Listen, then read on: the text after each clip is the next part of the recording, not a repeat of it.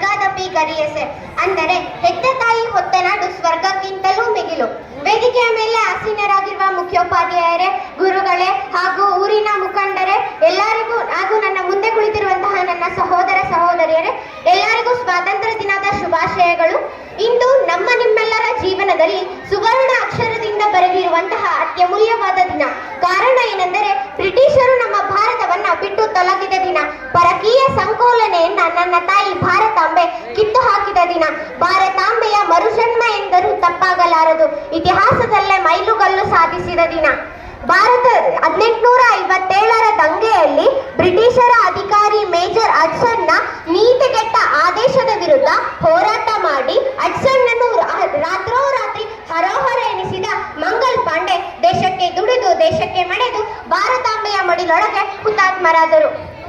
ದೇಶದ ತುಂಬೆಲ್ಲ ಬ್ರಿಟಿಷರ ವಿರುದ್ಧ ಹೋರಾಟಕ್ಕೆ ಕ್ರಾಂತಿಯ ಬೀಜವನ್ನ ಬಿತ್ತಿದರು.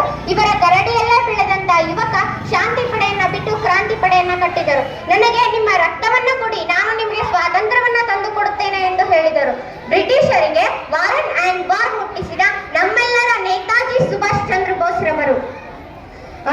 ನಾನು ಎಂದೂ ಪೊಲೀಸರ ಕೈಗೆ ಸಿಗುವುದಿಲ್ಲ. ಕೋಳ ಹಾಕಿಸಿಕೊಂಡು ಕೋತಿಗಳ ಕೈಗೆ ನಾನು ಎಂದೂ ಸಿಗುವುದಿಲ್ಲ. ಪೊಲೀಸ್ ಠಾಣೆಗೆ ಹೋಗುವುದಿಲ್ಲ. ನನ್ನಲ್ಲಿ ಒಂದು ಬಂದೂಕು ಇರುತ್ತದೆ, ಅದರಲ್ಲಿ 8 ಗುಂಡುಗಳಿರುತ್ತವೆ. ಇನ್ನು 8 ಗುಂಡು ನನ್ನ ಜೇಬಿನಲ್ಲಿರುತ್ತವೆ. 15 ಶತ್ರುಗಳಿಗೆ 15 ಗುಂಡು. ಇನ್ನೂ ಒಂದು ನನ್ನ ತಲೆಗೆ. ಎಂತಹ ದಿಟ್ಟತನದ ಮಾತು, ವೀರತ್ವದ ಆದರ್ಶ ಚಂದ್ರಶೇಖರ್ ಆಜಾದ್ನದು.